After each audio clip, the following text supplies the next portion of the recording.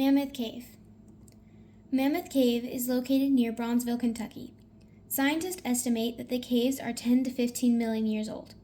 Mammoth Cave got the mammoth part of its name from the impressive size of the caves. The name was first used to describe the cave in the early 1800s.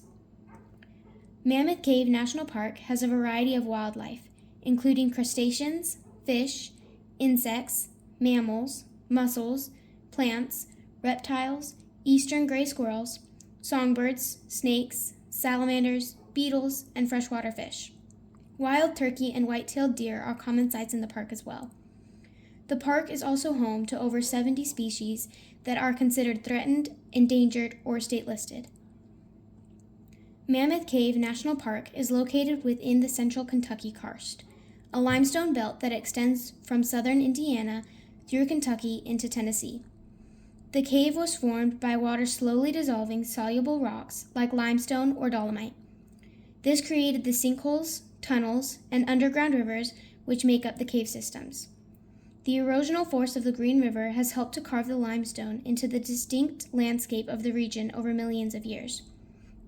The four most notable rock formations in the cave, from oldest to youngest, are the St. Louis Limestone, the St. Genevieve Formation, the Gherkin Formation, and the Big Clifty Formation.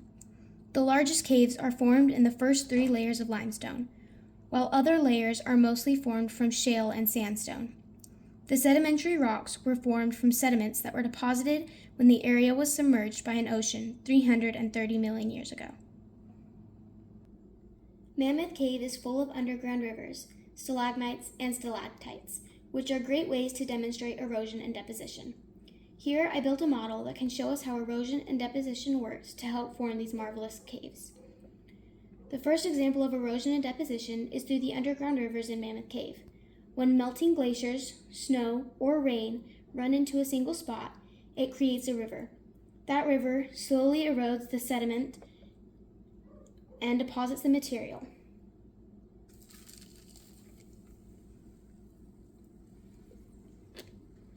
In the case of Mammoth Cave, the rivers went underground and soaked into the earth slowly, breaking down the sedimentary rock and creating hollow spaces that continue to grow as time passes.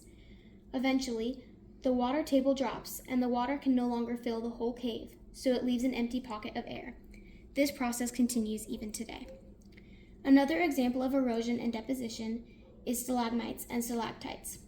When it rains, water soaks into the ground. The water picks up minerals and carries them deeper and deeper underground. Once the mineral reaches the cave ceiling, it starts dripping.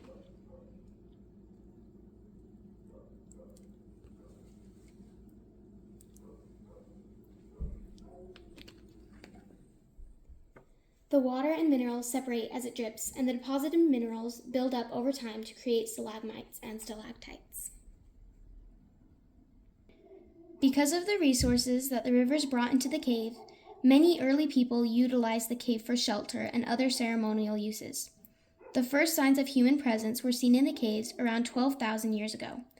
Some of the main groups that lived in the caves are the river people, the Kentucky cliff dwellers, the mound builders, and the Mammoth Cave Indian.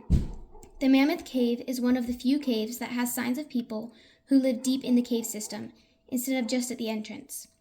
There are signs that the people were scraping minerals off of the walls with mussel shells and putting them in containers to take with them. They have found torches that were used to light the natives' way through the dark passages. Explorers of the caves have found mummified remains, which showed, based on their clothes, that the people were experienced cave explorers. In conclusion, Mammoth Cave National Park provides a unique experience into an ancient cave system. With its unique formations, history, and resources, it draws both people and animals alike to its wondrous system of caves.